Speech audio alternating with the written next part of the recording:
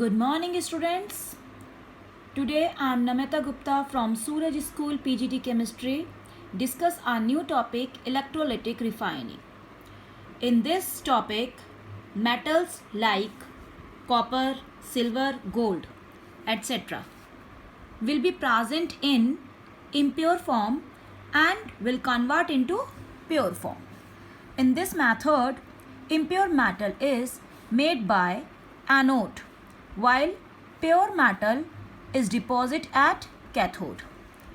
Here we are taking a diagram, this plate called anode, and show the impure copper. This plate called cathode and will show the pure metal. Here electrolyte, copper sulfate and sulfuric acid will be filled. Impurities of crude metal will be deposited in the bottom of beaker or cell. Here on both electrodes at anode oxidation take place, by which copper ion will diffused in the electrolyte, while that copper ion will be passed on at cathode by the reduction. So hope so by the electrolytic refining you can understand impure crude metal which will be made by anode will change into pure form of metal by the help of cathode. On the other hand, second purification method we are taking zone refining. Zone refining, also called students fractional crystallization. Why? Because in order to get extra pure form of metal, we are using zone refining method. Like some semiconductor, silicon, germanium, boron, gallium, many semiconductors can be purified by this method. This method is based on principle that when molten solution of the impure metal is allowed to cool, the pure metal crystallized out firstly, while impurities remain as such in molting form. तो इस method में हमने semiconductors extra purified metals obtain करने के लिए use किया, और इसमें जो हमारी pure form of metal obtained हो रही थी वो इजीली मेल्टिंग फॉर्म के बाद क्रिस्टलाइज्ड आउट हो गई, क्रिस्टल फॉर्म में ऑब्टेन्ड हो गई, जबकि जो इम्प्योरिटीज़ थी वो लिक्विड फॉर्म में ही रह गई. तो होप सो स्टूडेंट्स ये पॉइंट आप लोगों को क्लियर है कि सेमीकंडक्टर्स को ऑब्टेन करने के लिए हम कौन सा मेथड यूज़ करते हैं, zone refining. Okay students. Then third method vapour phase refining. This is again very important. Vapour phase refining में in this method crude metal is firstly converted into volatile compound with a specific reagent and then it is decomposed at higher temperature to get pure metal. तो vapour face, नाम में ही answer है vapour face, यानी कि हम यहाँ crude metal को किसी एक्सटर्नल स्पेसिफिक रिएजेंट के साथ कंबाइन करेंगे और बाय विच हमारा जो क्रूड मेटल होगा वो कंबाइन फॉर्म में उस स्पेसिफिक रिएजेंट के साथ वॉलेटाइल कंपाउंड बनाएगा. वॉलेटाइल कंपाउंड हमारा वो कंपाउंड होता है जिसमें वेपर्स फॉर्म ऑब्टेन्ड हो सके. मीन्स यहाँ पे हम एक एग्जांपल लेते हैं वेपर फेस का, मॉन्स प्रोसेस.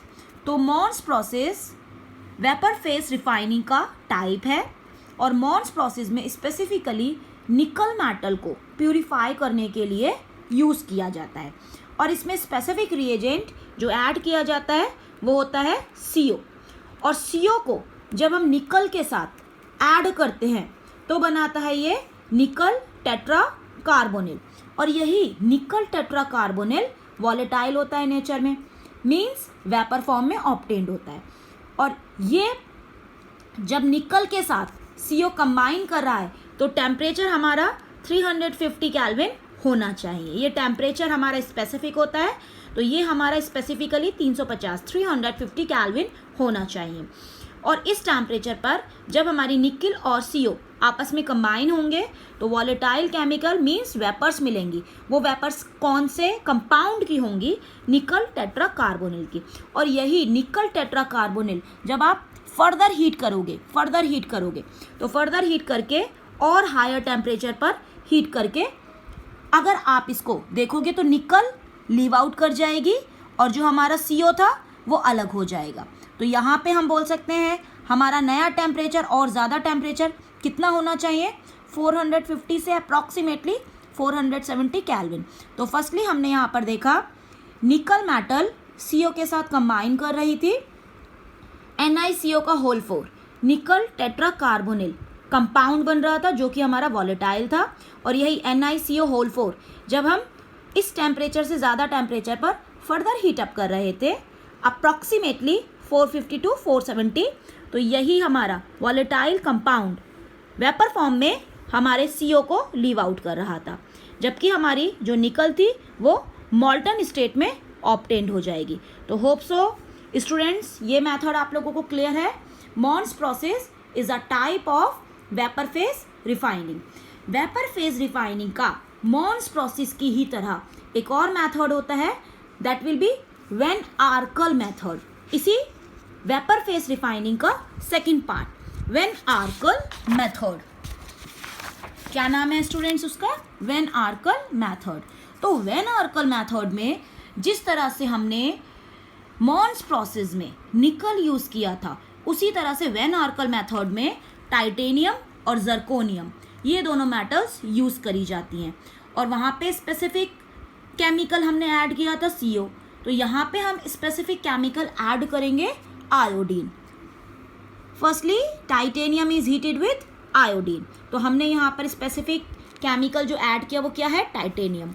और यहाँ पर हमने जब टाइटेनियम और आयोडीन को आपस में कंबाइन किया तो हमें ये बात पता है टाइटेनियम हमारा क्रूड मेटल है, तो क्रूड मेटल जब स्पेसिफिक रिएजेंट के साथ आयोडीन के साथ हीट अप किया जाएगा, temperature should be specific, approximately कितना? 523 केल्विन। तो यहाँ पे हमारा एक अडक्ट बनेगा टाइटेनियम टेट्रा आयोडाइड। तो यहाँ पे ये जो हमारा अडक्ट बन रहा है टाइटेनियम टेट्रा आयोडाइड, ये हमारा गैसियस स्टेट में होगा, मींस वॉलेटाइल होगा, वेपर फेज में ऑब्टेन्ड होगा।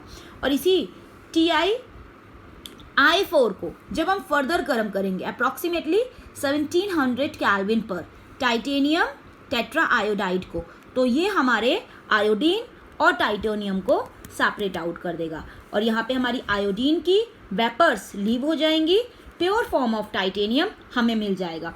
इसी रिएक्शन में हम टाइटेनियम की जगह पे जर्कोनियम भी ले सकते हैं, then Zr2I2, in that case Zri4 will form और Zri4 अप्रॉक्सीमेटली सेम टेम्परेचर पर Zr+2I2 फॉर्म में लीव आउट हो जाएगा। तो हमने यहाँ पर वेन आर्कल मेथड में टाइटेनियम और प्योर फॉर्म ऑफ जर्कोनियम दो मेटल्स को सेपरेट करना सीखा।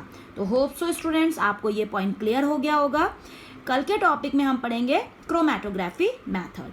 Thank you and have a nice day.